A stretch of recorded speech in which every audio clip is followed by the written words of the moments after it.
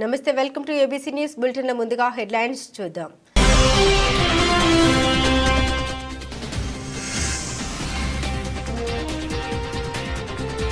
ఆరోగ్యంగా ఉంటేనే అభివృద్ధి.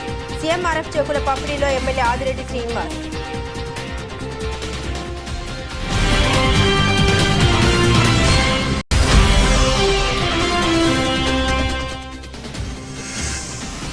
భరత్, అసలు నీకు పరువు ఉందా? టీడీపీ నగర ప్రధాన కార్యదర్శి బుడ్డిగ రాధ.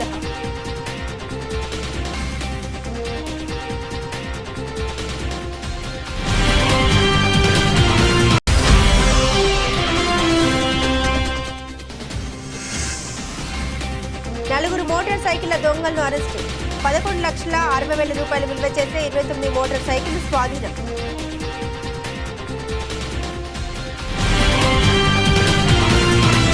ప్రజలందరి సంపూర్ణ ఆరోగ్యమే తమ కూటమి ప్రభుత్వ ధ్యేయమని రాజమహేంద్రవరం సిటీ ఎమ్మెల్యే ఆదిరెడ్డి శ్రీనివాస్ పేర్కొన్నారు. అందరూ ఆరోగ్యంగా ఉంటేనే మానవ వనరులు సద్వినియోగం అయ్యి సమాజ అభివృద్ధి చెందుతుందన్నారు. తిలక్ రోడ్లోని తన కార్యాలయంలో ఆయన సీఎం సహాయ నిధి చెక్కుల్ని లబ్ధిదారులకు అందించారు. ఈ సందర్భంగా ఎమ్మెల్యే ఆదిరెడ్డి శ్రీనివాస్ మాట్లాడుతూ తమ ప్రభుత్వ వైద్యానికి అధిక ప్రాధాన్యం ఇస్తుందన్నారు. రాష్ట్ర ప్రజలంతా ఆరోగ్యంగా ఉండాలనేదే ముఖ్యమంత్రి చంద్రబాబు నాయుడు సంకల్పమన్నారు. అందుకే ఎన్టీఆర్ వైద్య సేవల ద్వారా పేదలకు ఉచిత వైద్యం అందిస్తున్నారని తెలిపారు. అందరికీ నమస్కారం. ఆరోగ్యమే మహాభాగ్యం. ఆరోగ్యకరమైన సమాజం కోసం ఈ ఎన్డీఏ కూటమి కృషి చేస్తూ ఉంది. ఎందుకంటే ఆరోగ్యకరంగా ఉంటే మానవ వనరులు సమాజ అభివృద్ధికి ఉపయోగపడతాయి. ఆ ఆలోచనతోటే గౌరవ ముఖ్యమంత్రి గారు ఒక పక్కన ఎన్టీఆర్ వైద్య సేవ ద్వారా వైద్యం అందిస్తూ ఉన్న ఉచితంగా, దాంట్లో వర్తించిన వాళ్ళు ఇంకా అనేక మంది ఉన్నారు. వారు మధ్యతరగతి వారు, దిగువ మధ్యతరగతి వారు ఆ వైద్యం కోసం వారు సొంత డబ్బు ఖర్చు పెట్టుకొని వైద్యం చేయించుకున్న తర్వాత ఆర్థికపరమైన సమస్యలు ఎదుర్కొంటా ఉన్నారు. వీటిని గ్రహించే ఆయన సీఎం సహాయ నిధి నుంచి చెక్కుల రూపాన ఒక వ్యక్తి మధ్యతరగతి కానీ దిగువ మధ్యతరగతి కానీ 1,00,000 రూపాయలు ఆ ట్రీట్మెంట్ కోసం ఖర్చు పెట్టుకుంటే సీఎం గారికి అర్జీ పెట్టుకున్నట్లయితే ఆ 1,00,000 రూపాయల్లో 40% నుంచి 50%, అంటే 40,000 నుంచి 50,000 వచ్చే కార్యక్రమం ఈ ప్రభుత్వం శ్రీకారం చుట్టింది. ఈ నియోజకవర్గం ఒక్కదానికే సుమారు ఇప్పటికీ 40 లక్షలు విలువ చేసే చెక్కులు ఇచ్చాం. ఇంకా 50 లక్షలు విలువ చేసే చెక్కులు, అంటే సుమారు 21 ఫైల్స్ పెండింగ్ ఉన్నాయి అక్కడ. అంటే నేను రాజమహేంద్రవరం ప్రజల్ని విజ్ఞప్తి చేస్తూ ఉన్నాను, వారిని అభ్యర్థిస్తూ ఉన్నాను. మీరు ఏదైనా సరే ఇలాగా మీ సొంత ఖర్చులతో ట్రీట్మెంట్ చేయించుకున్నట్లయితే వైట్ కార్డ్ హోల్డర్స్ అయ్యి ఉంటే తప్పకుండా ఎమ్మెల్యే ఆఫీస్ని సంప్రదించండి. మా వంతుగా మీ ఆర్థికపరమైన సమస్యలు తీర్చేందుకు కృషి చేస్తాం. చంద్రబాబు నాయుడు గారు ఏదైతే ముఖ్యమంత్రిగా ప్రమాణ స్వీకారం చేసిన నాటి నుంచి చెప్తా ఉన్నారు, మీకు సమస్య ఉన్నప్పుడు మీ ఇంటిలో పెద్ద కొడుకు కింద పాత్ర తీసుకుంటాను, ఆ సమస్యను తీర్చేందుకు ఆయన వంతు కృషి చేస్తానని అనేక సందర్భాల్లో చెప్పారు.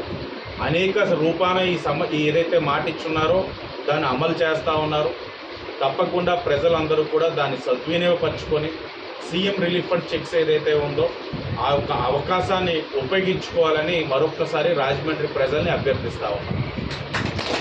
ఎన్నికల్లో రాజమండ్రి ప్రజలు చిత్తుగా ఓడించడంతో పూర్తిగా పరువు పోగొట్టుకున్న మాజీ MP Margani Bharat city MLA Adireddy Srinivas పై పరువు నష్టం దావా వేస్తానడం హాస్యాస్పదంగా ఉందని నగర టీడీపీ ప్రధాన కార్యదర్శి బుడ్డిగ రాధ అన్నారు. రాజమండ్రి ప్రెస్ క్లబ్లో గురువారం ఆయన మీడియాతో మాట్లాడారు. గౌతమి సూపర్ బజార్ స్థలాన్ని లీజుకిచ్చిన విషయంలో భరత్ అవినీతికి పాల్పడి అక్రమంగా లీజుకిచ్చారని ఎమ్మెల్యే ఆదిరెడ్డి శ్రీనివాస్ బయటపెట్టారని మంత్రి అచ్చెన్నాయుడికి కూడా ఫిర్యాదు చేయడం జరిగిందన్నారు. దీంట్లో నువ్వు అవినీతికి పాల్పడకపోతే నిరూపించుకోవాలన్నారు. కనీసం మీడియా ముందుకు కూడా రావడానికి భయపడుతూ ఎమ్మెల్యేపై పరువు నష్టం దావా వేస్తారని మొక్కుబడిగా ఒక పత్రిక ప్రకటన చేశామని భరత్ను ఉద్దేశించి బుడ్డిద రాధ పేర్కొన్నారు. గౌతమి సూపర్ బజార్ అనే దాని మీద అవినీతి జరిగిందని మా ఎమ్మెల్యే గారు అయినటువంటి ఆదిరెడ్డి వాసు గారు మొన్న పత్రికాముఖంగా తెలియజేయడం జరిగింది. దానికి ఆయన పత్రికాముఖంగా వచ్చి సమాధానం చెప్పకుండా ఒక ప్రెస్ నోట్ పంపించారు వాళ్ళ నాయకుల్లాగా. అది కరెక్ట్ కాదని చెప్తా ఉన్నాం. అది 100% దాని మీద అవినీతి జరిగింది, దానికి బయటికి తీస్తామని చెప్పి మీకు తెలియజేస్తూ ఉన్నాం. దానికోసం అచ్చెన్నాయుడు గారి మంత్రి గారితో కూడా మేము ఫిర్యాదు చేయడం జరిగింది. ఆ అవినీతిని బయటికి తీసేదాకా మేము మట్టిగా ఎట్టి పరిస్థితుల్లో ఊరుకోం. అది 100% అవినీతి జరిగింది. దాని విషయంలో ఆయన ఏమంటారంటే, మాజీ ఎంపీ గారైనటువంటి భరత్ గారు దాని మీద పరువు నష్టం దావా వేస్తానంటున్నారు. మేము వేసుకోండి, ఏమన్నా చేసుకోండి. వేసుకునే ముందర అసలు మీకు పరువు ఉందా అని అడుగుతున్నాం. మీకే కనుక పరువు ఉంటే మొన్న ఎలక్షన్లో 73,000 ఓట్లు పైచీలకి ఎందుకు వస్తాయి మెజారిటీ వాసు గారికి? అప్పుడే మీ పరువు పోయింది. ఆయనకు వచ్చిన ఓట్లలో మీకు సగం ఓట్లు కూడా మీకు రానట్టుగా ఉంది పరిస్థితి. అప్పుడే మీ పరువు పోయిందిగా. నిజంగా మీ పరువు ఉంటే వేసుకోండి, ఇబ్బంది లేదు. అంతేగాని అవినీతి కోసం దీనికోసం ఎప్పుడు కూడా మాట్లాడొద్దు. ఆదిరెడ్డి ఫ్యామిలీ కోసం వాళ్ళు చేస్తున్న కార్యక్రమాలు చూస్తామంటే ఈరోజు 6 నెలల పరిపాలనలో ఎంత స్పీడ్గా ముందుకు పోతా ఉన్నారండి వాసు గారు. క్రైమ్ రేట్ ఎంత బాగా తగ్గిపోయింది. ఈ గంజా బ్యాచ్లు ఎక్కడన్నా ఉన్నాయండి? అసలు చెప్పండి మీరు, గంజా బ్యాచ్ ఎక్కడన్నా ఉందా? ఎక్కడన్నా కానీ కొట్లాట్లు జరుగుతూ ఉన్నాయా? గొడవలు జరుగుతూ ఉన్నాయా?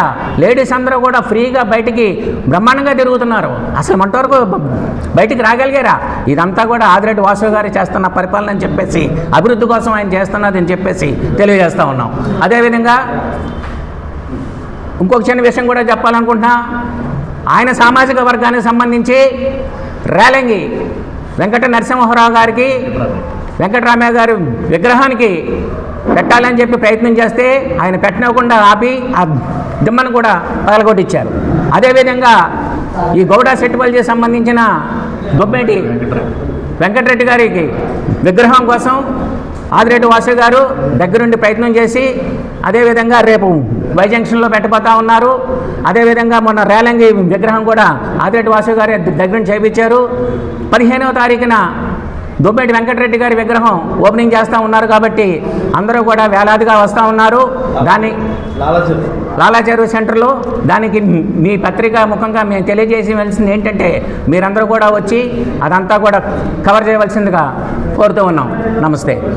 నలుగురు మోటార్ సైకిళ్ల దొంగలను అరెస్టు చేసి సుమారు 11,60,000 రూపాయల విలువ చేసి 29 మోటార్ సైకిళ్లను స్వాధీనం చేసుకున్నారు తూర్పు గోదావరి జిల్లా పోలీసు వారు.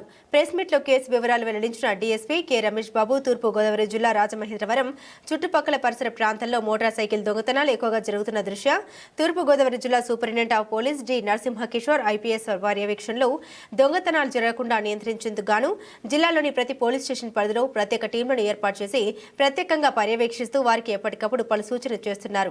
ముఖ్యంగా ఈ ప్రెస్ మీట్లో ఈ రాజమహేంద్రవరం 3 టౌన్ ఏరియాలో మరియు రాజమహేంద్రం చుట్టుపక్కల ఈస్ట్ గోదావరి జిల్లాలో జరుగుతున్నటువంటి బైక్ అఫెన్స్కి సంబంధించి మన తూర్పు గోదావరి జిల్లా ఎస్పీ గారి పర్యవేక్షణలో శ్రీ డి నరసింహకిషోర్ ఐపీఎస్ గారి పర్యవేక్షణలో సెంట్రల్ జోన్ డిఎస్పీ గారు మరియు 3 టౌన్ సిఐ వారి ఎస్ఐ గారు అయినటువంటి అప్పలరాజు గారు, సిబ్బంది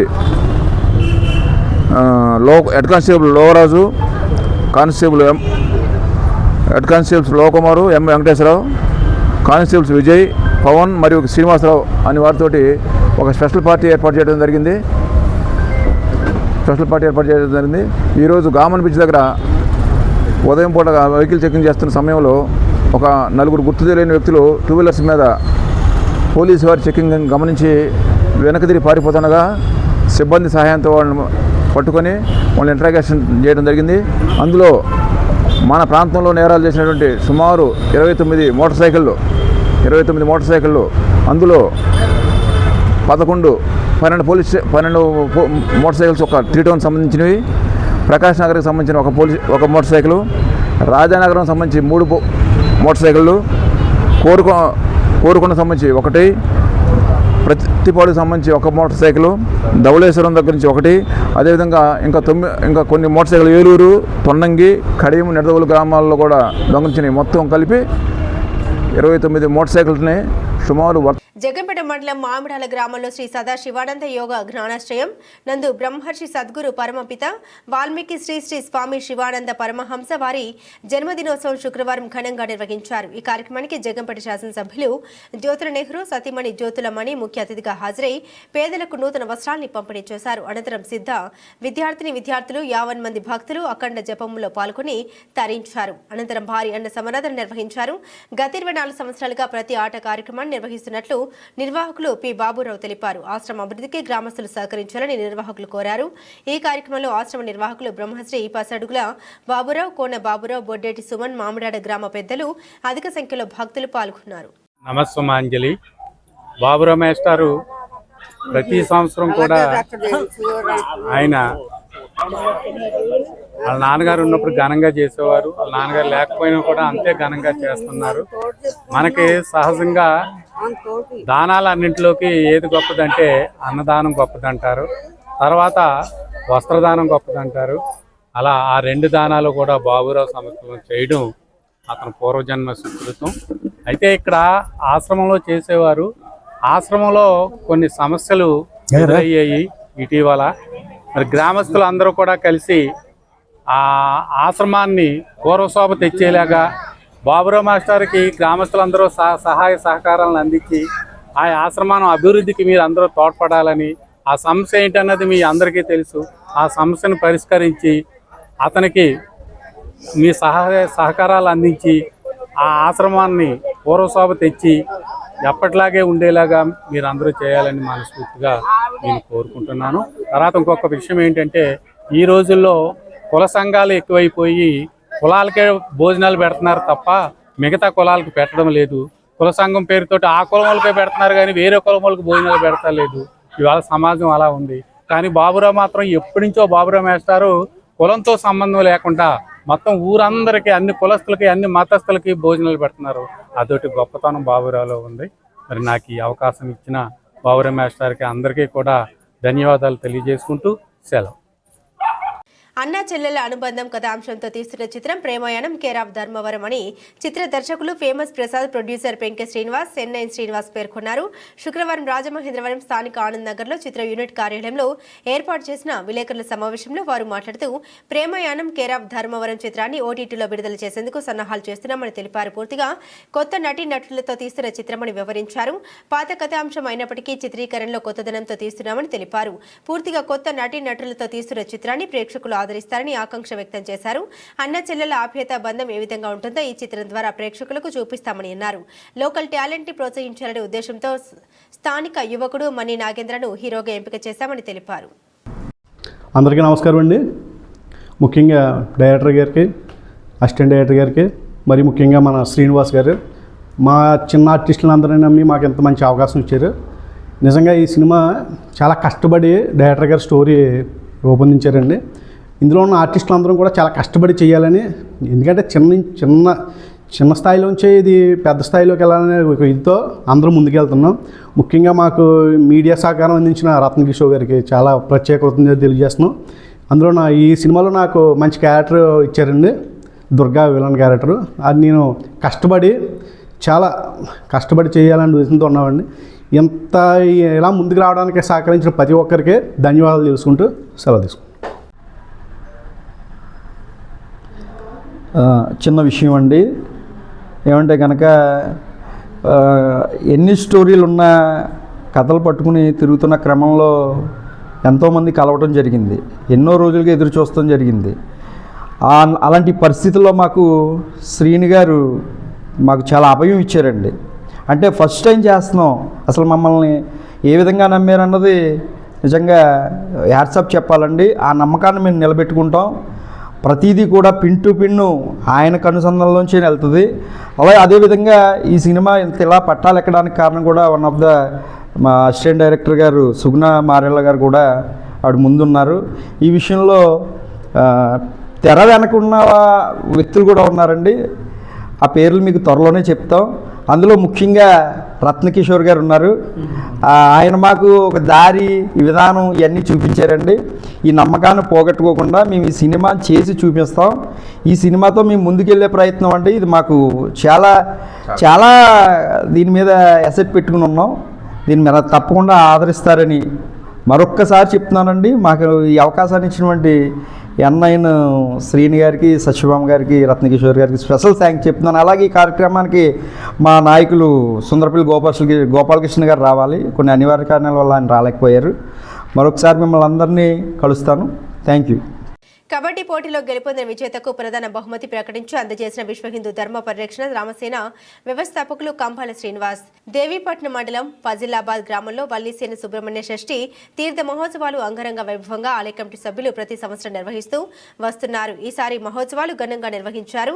ఈ మహోత్సవాలు ఆధ్యాత్మికతతో పాటుగా యువతకు ప్రత్యేకంగా ఆటల పోటీలు నిర్వహించారు. యువకులు ఉల్లాసం ఉత్సాహాన్ని నింపే కబడ్డీ పోటీలు నిర్వహించి 30 మంది టీంను ఏర్పాటు చేసి పోటీలు ప్రారంభించారు. ఈ పోటీలో గెలుపొందిన వారికి ప్రధాన బహుమతి విశ్వ హిందూ ధర్మ పరిరక్షణ రామసేన వ్యవస్థాపకులు కంబాలి శ్రీనివాస్ ప్రకటించి అందించారు. ఈ కార్యక్రమంలో విశ్వ హిందూ రామసేన ధర్మ పరిరక్షణ ఉపాధ్యక్షులు వర్షాలు ప్రసాద్, దాసరి తమన్నా దొర, తామర రాంబాబు, ఇనగోటి బాపిరాజు, ఎంపీపీ కుంజం మురళి, సర్పంచ్ ఆలయ కమిటీ చైర్మన్ ప్రగడ వీరబాబు, గార్లంక సూర్యారావు, ఈత శివాజీ, దాకరపు సత్యనారాయణ, ప్రగడ వీరబాబు, దుక్కర బుల్లి, దుక్కర విష్ణు, ప్రగడ దివ్యాశ్వర, కొమ్మన శ్రీను, బట్టు శివ, నల్లంశెట్టి, సత్యబాబు తదితర సభ్యులు పాల్గొన్నారు.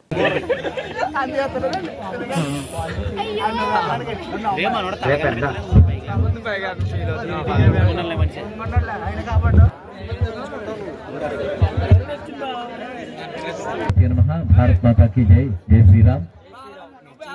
ఎవరైతే ఠాకూర్ పాలు మీరు అనౌన్స్ చేస్తారా, అనౌన్స్ చేస్తారా? వారికి అన్నదాన కార్యక్రమానికి సంబంధించి ఒక 5 లక్షల రూపాయలు విరాళం కూడా ఇచ్చారండి. ఆయన చేతుల మీదుగానే ఇంకా ఆ అన్నదానిక సత్రం కూడా చాలా ముందుకి కొనసాగుతుందండి. అలాగే మన దాసరి గౌరవనీయులు దాసరి తమ్మందర్ గారు నా చిన్నతనంలోనే మన ఫజిలాబాద్ గ్రామంలో గజస్తంభం కూలిపోతే చాలా కష్టపడి దగ్గరుండి, మా గ్రామస్తులు కాదు కదా, మా వల్ల ఎవరి వల్ల అవ్వని సమయంలో తమ్మందర్ గారు దగ్గరుండి సొంత కృషితో గజస్తంభం పెట్టించి దానికి వెండి తొడుగులు చేయించి అది గజస్తంభాపన. స్పోర్ట్స్ విషయంలో కూడా నా గోకవరం గ్రామం నుంచి ఎంకరేజ్మెంట్ కోసం చెప్పి ఎన్నో కార్యక్రమాలు చేస్తూ వచ్చాను.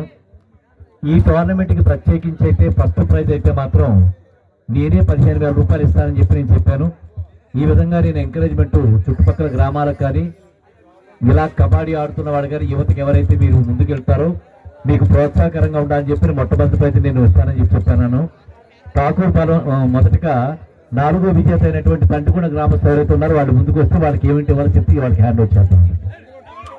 తంటికొండ గ్రామం మొదటి బహుమతిగా మరి అది కాదు మన ప్రైజ్ అంత సంతోషమయమని చెప్పి ఈ సందర్భంగా తెలియజేస్తూ సెలవు.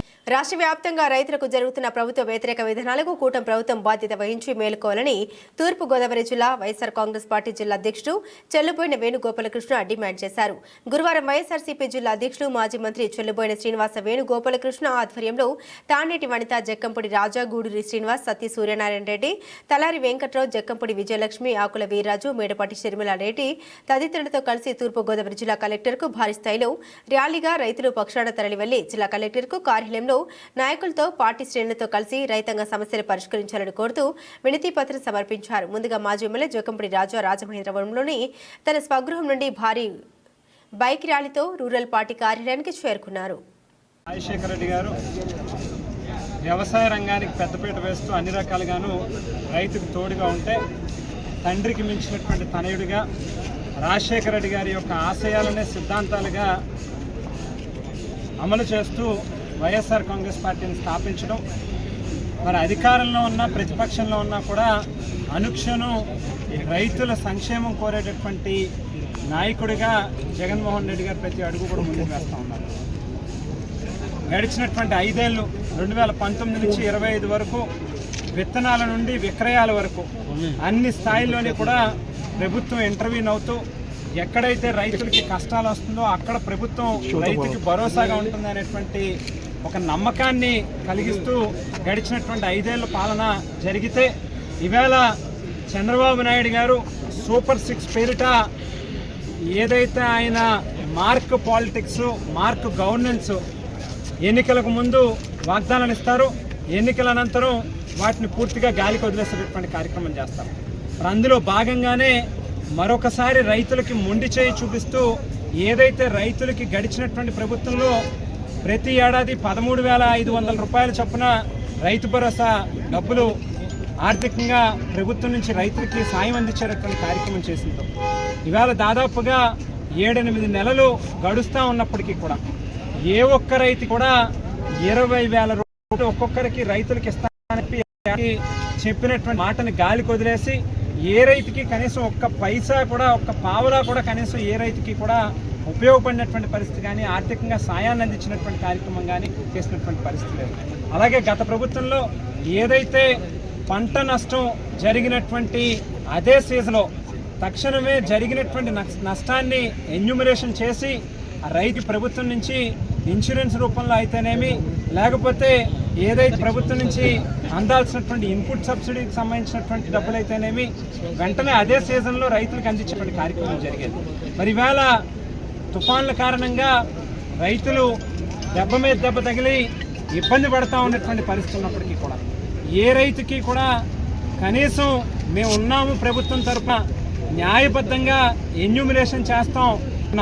డాక్టర్ బిఆర్ అంబేద్కర్ కోనసీమ జిల్లా కపిలేశ్వరపురం మండలం కాలేరు గ్రామ పంచాయతీ వద్ద ఈరోజు శుక్రవారం గ్రామ రెవెన్యూ సదస్సు నిర్వహించారు. ఈ రెవెన్యూ సదస్సులో పలు భూ సమస్యలపై రైతుల నుండి దరఖాస్తులు స్వీకరించి రసీదులు ఇచ్చారు. మ్యూటేషన్, అడంగల్, పాస్బుక్లో సవరణలు, రీసర్వేలో జరిగిన భూ హెచ్చు తగ్గులు వంటి వివిధ సమస్యలపై దరఖాస్తులు చేసుకోవాలని మండల ప్రత్యేక అధికారి అయిన కొత్తపేట డివిజనల్ పంచాయతీ అధికారి ఎస్టీవీ రాజేశ్వరరావు మీడియాకు వివరించారు. ఈ సదస్సులో రెవెన్యూ సమస్యలు మాత్రమే కాకుండా ఇతర సమస్యల పరిష్కారం జరుగుతుందని ప్రత్యేక అధికారి తెలిపారు. రాష్ట్ర ప్రభుత్వం ఉత్తర్వుల మేరకు నిర్వహిస్తున్న ఈ రెవెన్యూ సదస్సుల్ని రైతులు సద్వినియోగం చేసుకోవాలని విన్నవించారు. ఈ కార్యక్రమంలో తహసీల్దార్ పిచ్చున్నారో, వీఆర్ఓ పివివి సత్యనారాయణ, సర్పంచ్ దాయం కావేరి, శేఖర్, చుండ్రు రామకృష్ణ చౌదరి, వల్లూరి కాశీ విశ్వనాథం, రెవెన్యూ మరియు సచివాలయ సిబ్బంది, అచ్యుతపురం పిహెచ్సి సిబ్బంది ఈ సదస్సులో పాల్గొన్నారు.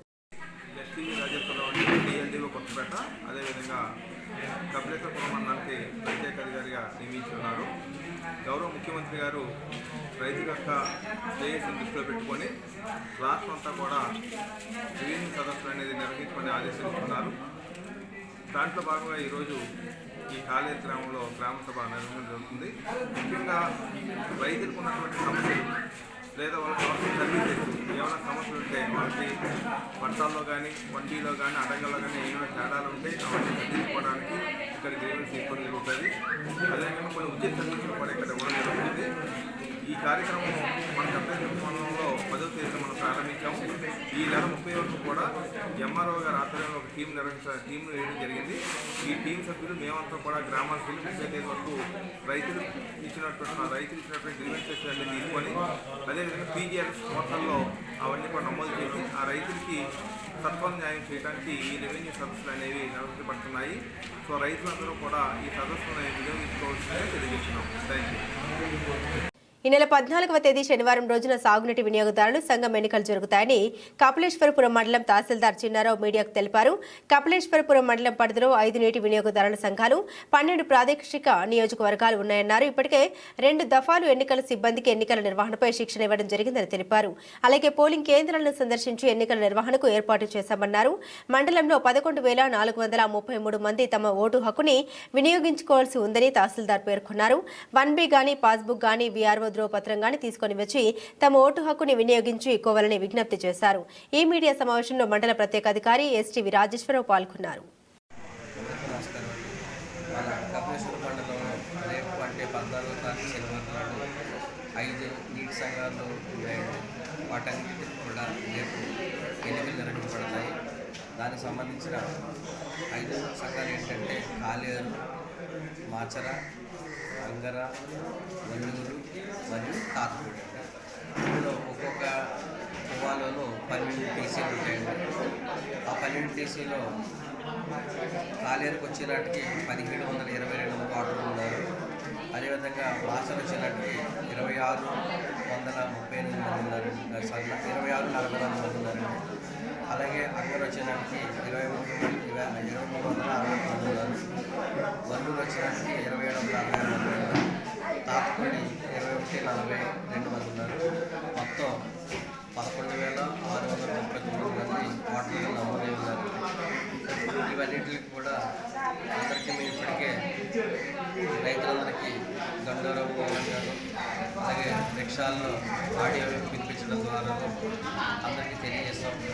ఈరోజు కూడా మళ్ళీ అందరికీ ఒకసారి గండోరావు వ్యాప్తంగా మైకులు సిస్టమ్ ప్రకారంగా కూడా మళ్ళీ ఒకసారి అందరికీ తెలిసే విధంగా పని చేయమని చెప్పడం జరిగింది. ఈ 5 కులాలకు సంబంధించి ఎలక్షన్ ఎక్కడ జరుగుతుందంటే కాలేరు వచ్చేటప్పటికి హై స్కూల్ అండి, జిల్లా పరిషత్ హై స్కూల్.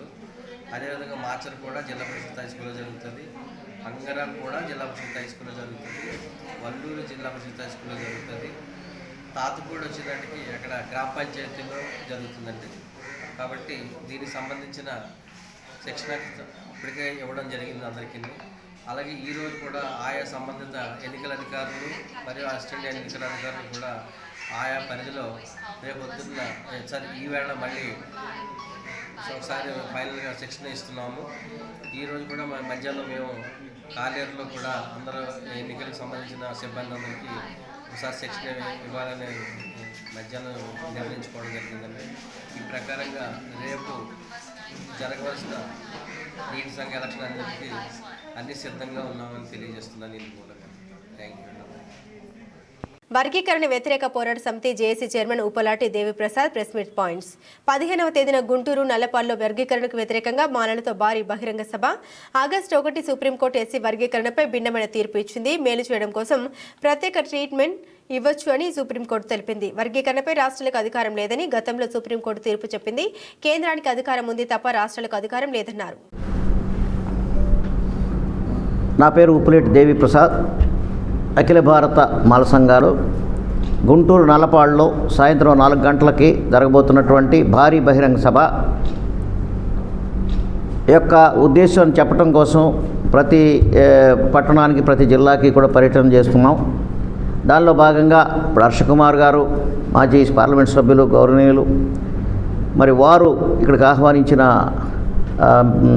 మీదట మేము ఇక్కడికి రావడం జరిగింది. ఇప్పుడు ఈ మీటింగ్ యొక్క ప్రధానమైనటువంటి ఉద్దేశం ఏంటంటే ఆగస్టు 1న జరిగినటువంటి సుప్రీంకోర్టు జడ్జిమెంట్ ఏదైతే ఉందో దానిలో వర్గీకరణ ఎస్సీ వర్గీకరణ అనేటువంటి విషయం మీద గతంలో ఇచ్చినటువంటి సుప్రీంకోర్టు తీర్పుకు భిన్నమైన తీర్పు ఇవ్వడం జరిగింది. గతంలో 2004లో E V Chennaiah versus state of Andhra Pradesh అనేటువంటి కేసులో వర్గీకరణ చెల్లదు, అది రాజ్యాంగ వ్యతిరేకం, రాష్ట్రాలకు అధికారం లేదు, రాజ్యాంగ సవరణ ద్వారా మాత్రమే చేయాలి, కాబట్టి ఆంధ్రప్రదేశ్ చట్టం చెల్లదు అని చెప్పి ఆ రోజున మరి తీర్పు ఇవ్వడం జరిగింది.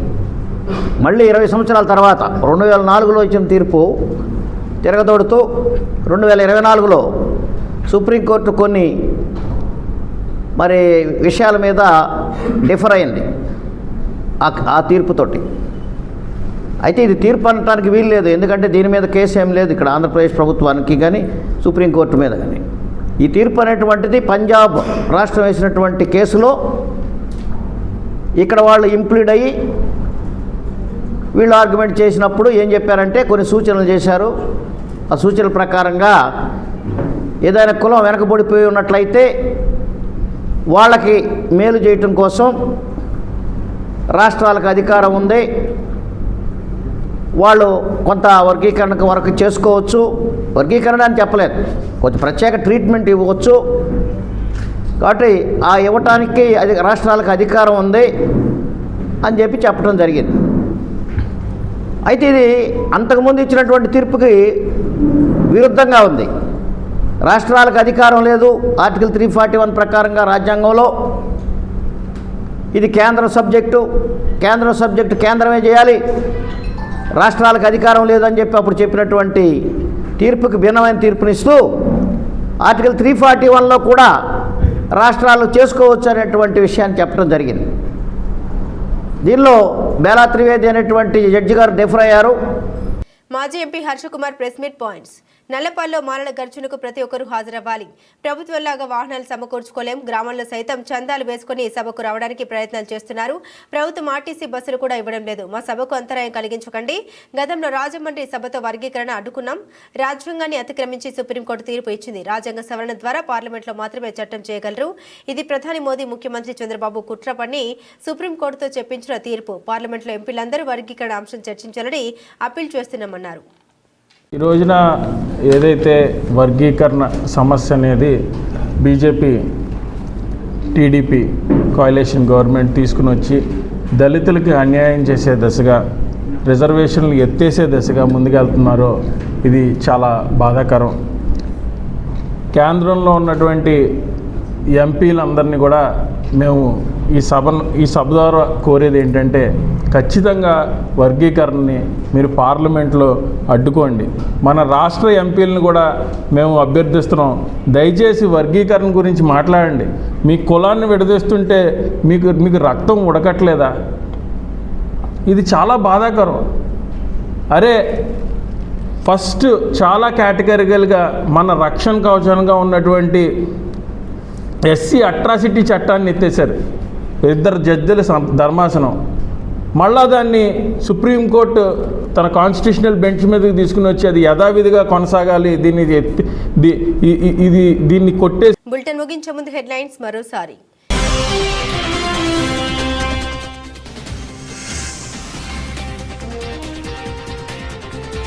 ఆరోగ్యంగా ఉంటేనే అభివృద్ధి. సీఎంఆర్ఎఫ్ చెక్కుల పంపిణీలో ఎమ్మెల్యే ఆదిరెడ్డి శ్రీనివాస్.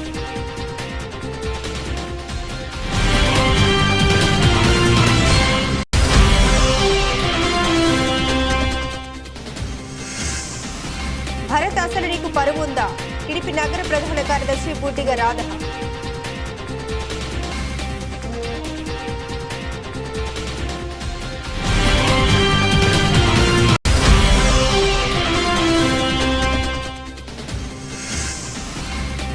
నలుగురు మోటార్ సైకిళ్ల దొంగలను అరెస్టు. 11,60,60,000 రూపాయలు విలువ చేసే 29 మోటార్ సైకిళ్లు స్వాధీనం.